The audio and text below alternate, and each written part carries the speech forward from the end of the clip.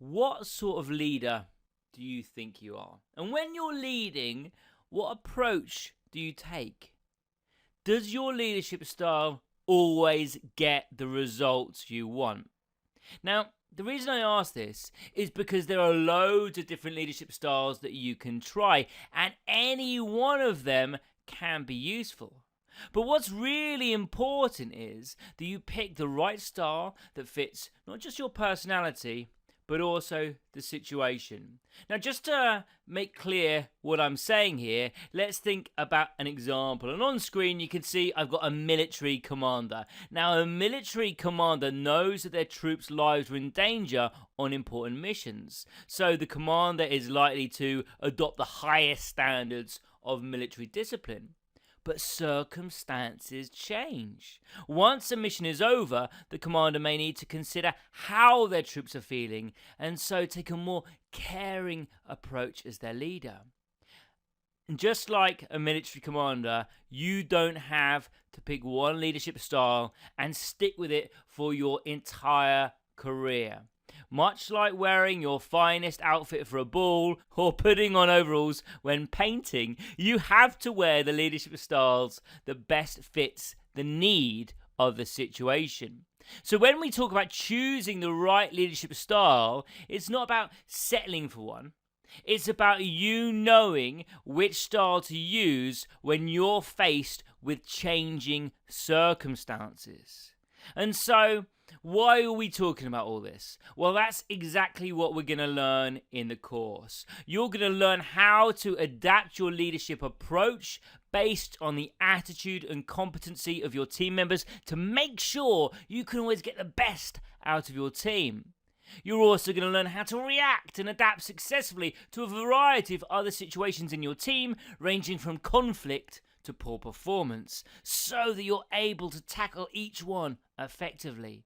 And you're also going to learn how to gain the trust and commitment of your staff through leading authentically. And so, by the end of this course, you should be equipped to act fast, appropriately, and confidently, demonstrating flexibility whatever your team or organization throws at you.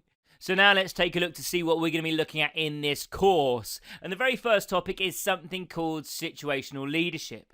Now, one of the most important factors for you to consider when choosing the right approach to leading your team is the makeup of the team itself. Who are you leading? What are they like? You need to be prepared to adapt your approach to suit your team, or to continue the metaphor I used earlier, if everyone else is wearing a tuxedo, you probably shouldn't be putting on your overalls. And this is where Hersey and Blanchard's situational leadership model can come in really handy. Their model emphasizes the link between the situation based on the qualities of the team and the type of leadership required. So in this model, you would be choosing your leadership style based on the individuals that you're going to be leading in the team, their skills, their ability, their experience. Now, what Hersey and Blanchard suggest is that you as a leader should adjust your management style based on something called follower maturity. Now, what we're suggesting here, what Hersey and Blanchard weren't suggesting, is that we're not talking about maturity in the terms of having a bunch of teenagers working for you. Instead, what maturity means in this model is your team's competency and commitment. Okay, now we'll come to the model in a second, but to make sure you use this model effectively, the first thing you're going to have to do is look at your team and assess their technical skills as well as their knowledge in relation to the task you're going to be leading them on. And that's something called task readiness. Are they capable to be able to carry out the task? And then secondly, how willing they are to do so. And this is psychological readiness. Just, are they willing to do the task you'll be leading them on? So two things. Are they capable and are they willing? basically. Okay, so let's look at the model. So we've got our M1, M2, M3, M4, and this M stands for the maturity I was talking about earlier on. Remember, this is the individuals in your team's maturity. And what Hersey and Blanchard have provided is 4 different maturity levels. And that's going to help you choose the appropriate style when we come to it later on. But let's run through these levels of maturity first. Firstly, we've got M1. So this is when your team members just don't have the ability or the experience to actually perform the task. So they've got low task readiness, and they're just not willing to carry out the task either. So they've got a low psychological readiness. Then we move on to M2. M2 is willing but incompetent.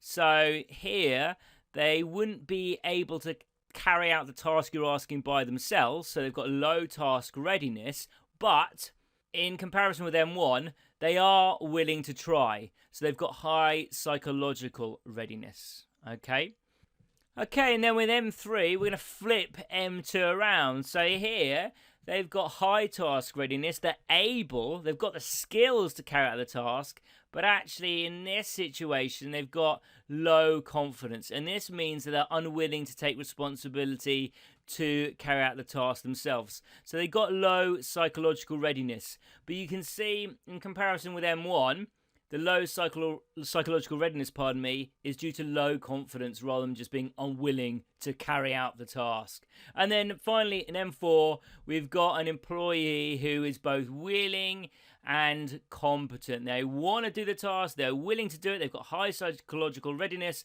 and they've also got the skills to carry out the task. So there we go. That's what Hersey and Blanchard would ask you to divide your team up into. Are they M1, M2, M3, M4? Now, once you've figured out the maturity levels of your employees, that's when you can decide on the appropriate leadership style to take.